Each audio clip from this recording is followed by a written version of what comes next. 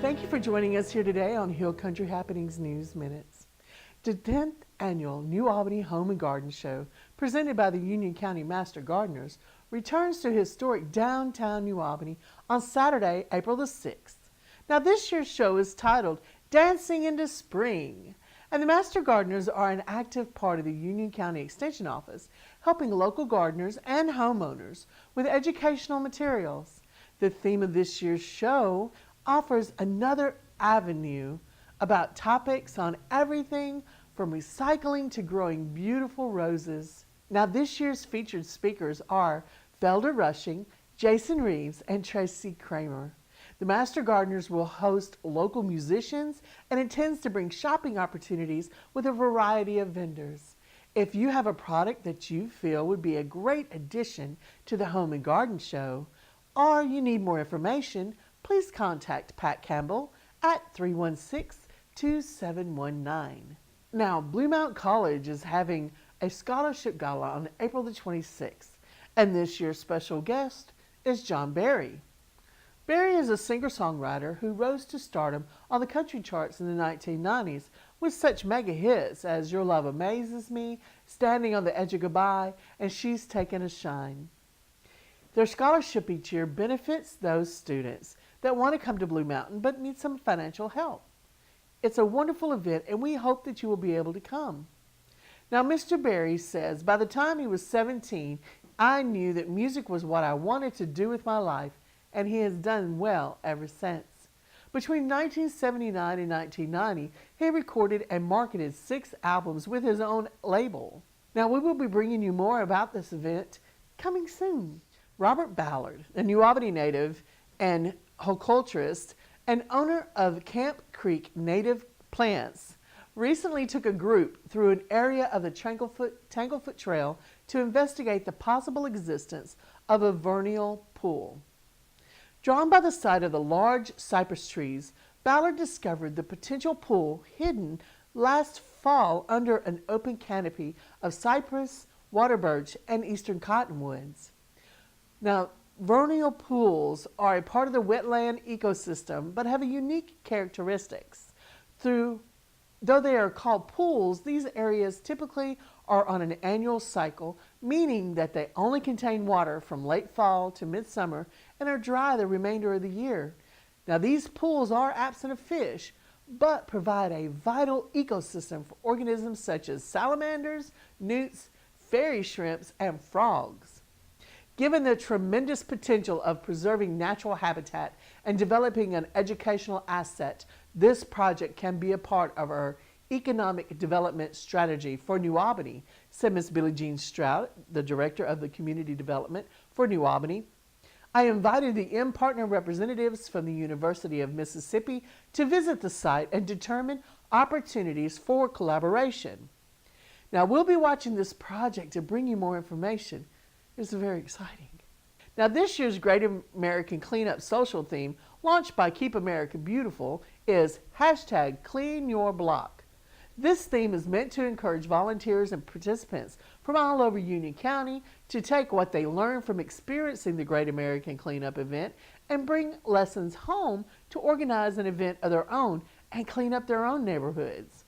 Now, the Garden Club and Main Street Group are calling on community members, civic organizations, churches, and schools to come to the Union County Heritage Museum at 114 Cleveland Street at 9 a.m. on Saturday, March the 23rd. Amy Livingston, the Northside resident and historic Garden Club member, she's also the First Ward Alderwoman, said, "We want to make 2019 Great American Cleanup Club the greatest and best cleanup effort in Mississippi, and we need volunteers and participants to pitch in and help." Volunteers will be given gloves, trash bags, and cleaning assignments at the museum, and following up the cleanup, the historic Northside Garden Club members will provide a lunch. For more information about the Great Cleanup, please call Amy Livingston at 523-4766 or Main Street Director Billie Jean Stroud at 534-3438. Now, the New Albany school system news was full this week. The New Albany Police Department Chief Chris Robertson spoke with the 5th grade students at New Albany Elementary School on Friday, March the 8th, about social media awareness and the appropriate use. After the presentation, Chief Robertson was able to answer students' questions involving the use of social media and the internet.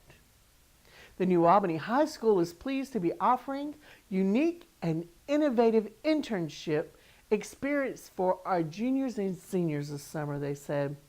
This is in alignment with the strategic plan goals of preparing all students to be college and career ready.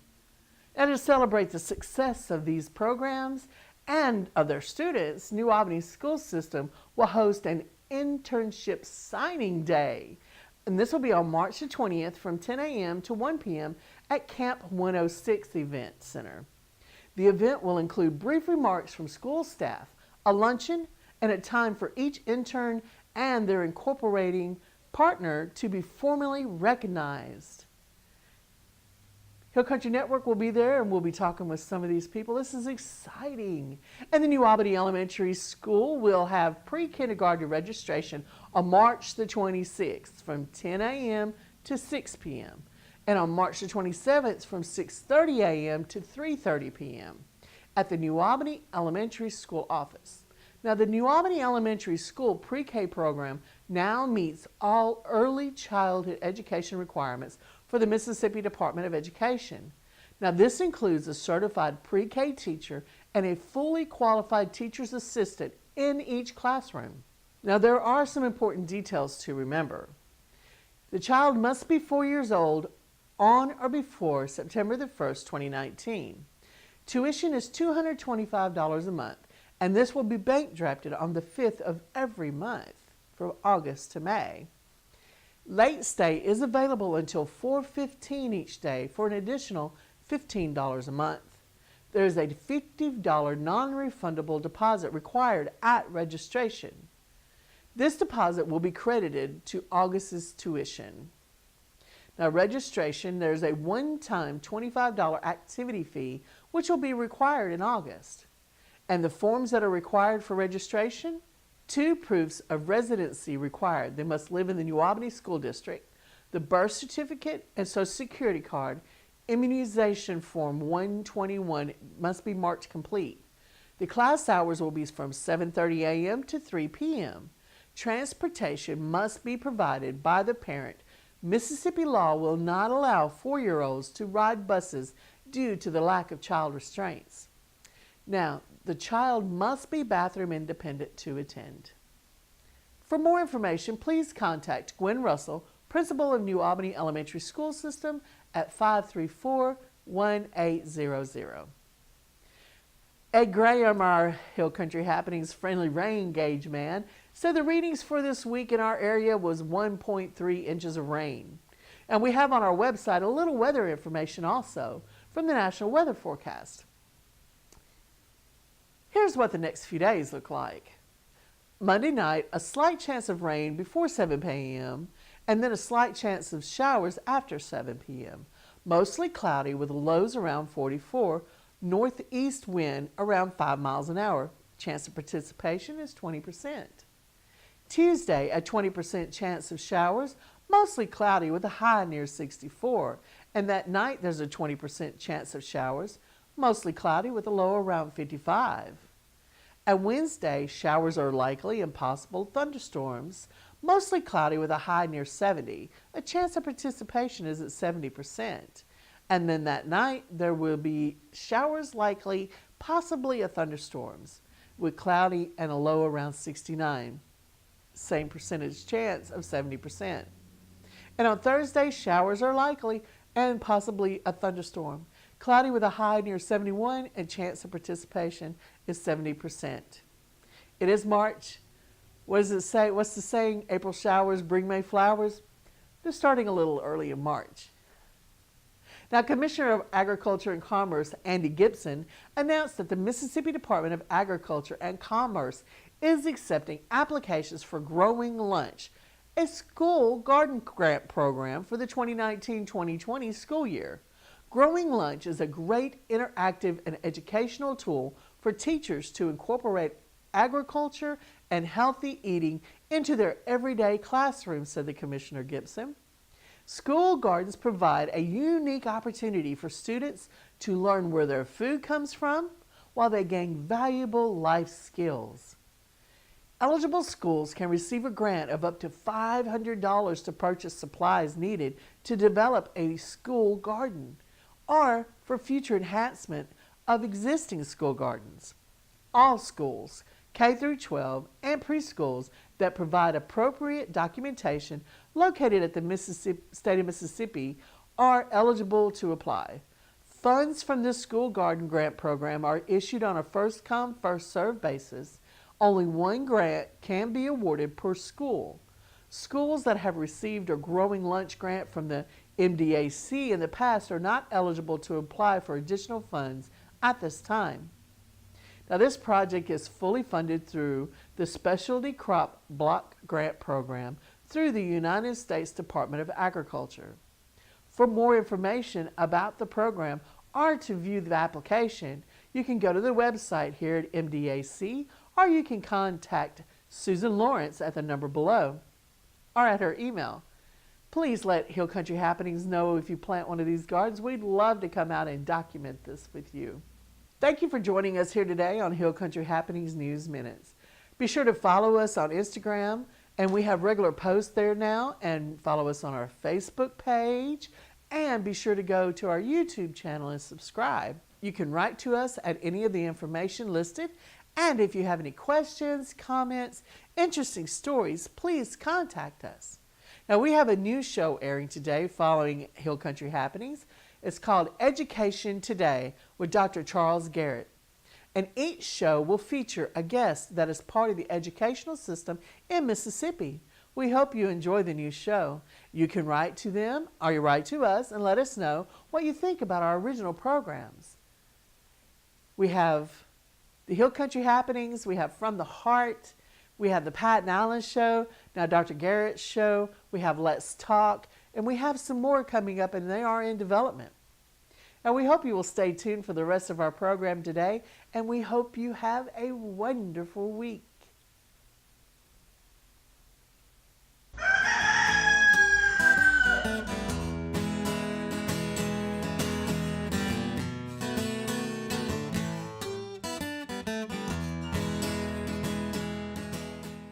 Human trafficking, is a terrible problem, a major problem, and it has received a lot of national attention lately. It is a focus of the Republicans, and it's primarily the Republican women. One of the little things we do that we've mentioned before is we have these rolls of stickers and give everybody stickers to put on the inside of bathroom stall doors with an 800 number on it, so if anybody is a victim of that or needs somebody to talk to about that, then they can call. So we do have stickers tonight. Thank you for having me. I must admit I'm not a public speaker. It makes me very nervous. I tried to beg off on my friend that lives and works at Baptist Friendship House to come speak to you guys. And she couldn't come. I was going to introduce her. But, if she can't be here, I still feel really responsible to share what I've learned. So that's why I'm here, and I do appreciate the opportunity. I started going down to Baptist Friendship House 3 or 4 years ago. Kaylee White, who is a member at Hillcrest, lives and works there. She's putting her whole life's work and effort into it. She's incredible. And hearing her mom come back and share at Hillcrest just barely pinged on my consciousness years ago. And then someone else would share a little something, or I would hear another Amber Alert. And it's just started to weigh more and more heavily with me. My involvement had nothing to do with me as an artist. I kept thinking to myself, do justice to the afflicted, rescue the weak and needy. And I couldn't fathom someone in more dire need of that rescue than these girls I was hearing about. You just adjust that where you need to. Okay, thank you. So I made a plan to go down by myself because that's how I do things. I'm not a leader, I don't recruit, and I'm not afraid to be in New Orleans by myself. So I thought I would go see what it's about. And I wound up with a couple friends that were not willing to give me that much rope. coming with me and started working with Baptist Friendship House. So let me pause there, tell you a little bit about what I learned about prostitution and trafficking. For one thing, the line between the two is very fuzzy. And I want to make that point now because that affects the legislation. The people that are recruited, sometimes it's an abduction, sometimes it's that Amber Alert you've heard about, and no one talks about what's really happening to these children. But more often than not, the person is groomed. The pimps target the vulnerable, and they don't look like a nemesis. They're not greasy. They're handsome. They're well-dressed, articulate, and they see the young lady that needs attention, that needs to be told she's pretty, needed, smart, or a young man. And by the time she knows what her boyfriend wants her to do, he has already fixed her poor grandmother's roof and has a photo framed with his arm around her mother. He's probably helped her develop a habit rather quickly. It is a vortex. This is not the people that you see on the street. At this point, she's not going to see the light of day. Very quickly, he'll let her have a child and transport that child across state lines. And at that point, she will consider her own life forfeit like most mothers would. At Baptist Friendship House, I've heard several stories of ladies that they rescued to only say, "Thank you so much. I love what you're trying to do. He still has my child. I have to go back." Many of times they're branded with a name or a barcode on their forehead or their forearm or right behind their ear. And anyone that understands that language will see her and not offer her help because they're smart enough to be afraid. So 2 ways women can find themselves housed at Baptist Friendship House. They do help homeless ladies. They have meals, Bible studies, sewing classes, clean clothes and showers for the homeless ladies in New Orleans, but they can't sleep there because they have 4 units that can house a trafficking survivor. One way a woman might wind up there is if the FBI places them. Her identity has to be protected. She's in enough danger from her trafficker that she's been brought across state lines, and the place is a fortress. She might wind up there that way.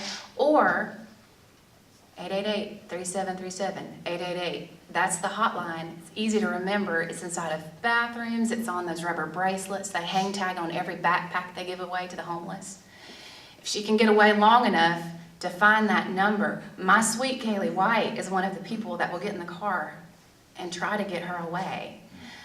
Dr. Kay Bennett that lives there was just sharing, when I was there in October, they have personally helped 28 trafficking victims. Speaking of New Orleans, because that's my experience. The past few years in Mississippi, we've gone from a D to a B, so we're doing a little better. 39 to 40 cases a year, still unacceptable. So they can take her back there for that reason too, and all of those ladies are qualified to determine whether or not trafficking has actually taken place. Now, I just described the type of girl that would willingly take the fall, didn't I? Okay, is she a prostitute or has she been trafficked? That line is fuzzy. It's very fuzzy. I've held the hand of ladies that have gone down that path willingly, held the hand of ladies that had no choice. I would hate to be the one to make that call. And having said that, there is light in the darkness. These ladies that get placed there, the most important thing to me is they don't lose their children. Those children are not going into foster care. They live there in this home with their mother. They help them get clean, get them into rehab. They have counseling, Bible study, of course. They teach them how to read, Sometimes they have girls placed there that have been enslaved for 11, 12 years. So they're not a girl anymore, but their mind is. They've learned how to read, they get their GED, they learn how to cook, they learn how to do homework with their children. And when they get to that point, they start teaching them life skills to help them find a job, help them find a house, help them furnish it. That's one lady at a time. It's one place. New Orleans used to have 14 places like this, and since Katrina, they have one. I've been working with them on a pottery ministry because that's what I know how to do. I'm artistic, and so that's what I can do to help. I don't know what you can do to help. That was my one little perspective that I could offer. I could give them something that they could put their hands in to relax them enough to open up to whatever woman's helping them shape that pot. It's also a really good picture of redemption. Pottery is such a good ministry. So really was excited to get that started down there, and that's kind of what I do when I go down. Occasionally I get to work with the ladies, but only if I'm down there by myself. And so teaching them that pottery ministry, it also gives them something that perhaps they can make some money with, especially in a place like New Orleans. All right, that kind of brings me to what can you do? You can pray about it, because putting it at the front of your mind puts you in a position to put it at His feet, and we have to every day. I mentioned that Mississippi's doing better. That House Bill 571 passed in January is an excellent thing because it's blanket immunity for minors. And so that young girl that is frightened of being prosecuted as a prostitute, that's no longer going to be the case. If she's a minor, period, it's trafficking. She'll go into protective custody. She'll go into foster care.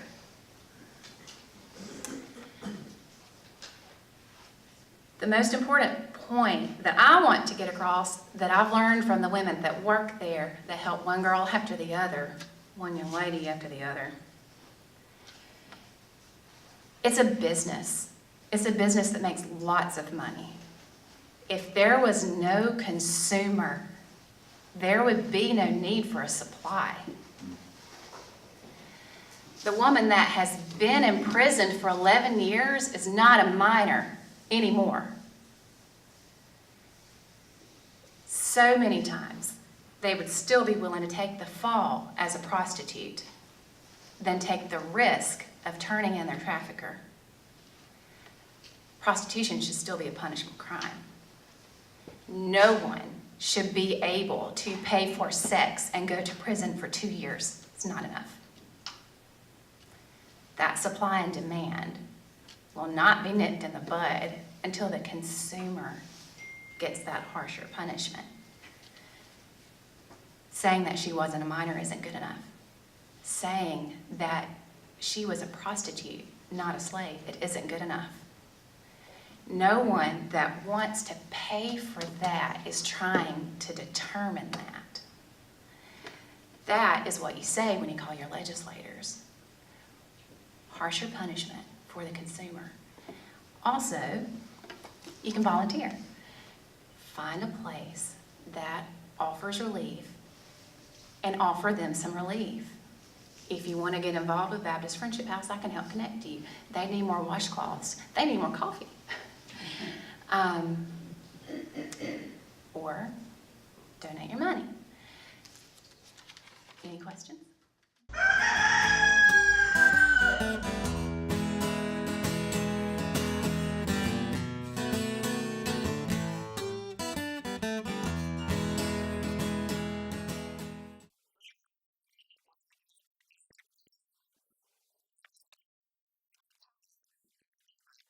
We're very excited. We had a great first year.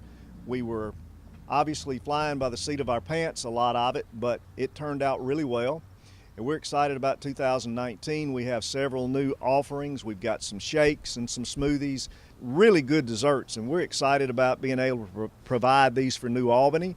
and just hope and pray that people come out and enjoy it. Last year was a banner year. Everybody loved our yogurt. This year we're doing several new flavors. We're going to have ooey gooey Cinnabon, and it is incredible. It's like eating a cool cinnamon roll. My son ate it and he said the only thing that would make it better is if we could figure out how to warm it up. But we are excited about 2019, the smoothies and several things we're doing. We're planning on being open probably through the end of October, so please come out and take advantage of it while you can. Please go to our Facebook page and see what's going on. We'll be announcing all of our new stuff that we're doing on there weekly. We're going to open every day except Sunday at 12 and going to have probably close at 7 until 7 every night, but Thursday, Friday, and Saturday we'll be open until 8. We appreciate it and we look forward to serving you guys in 2019.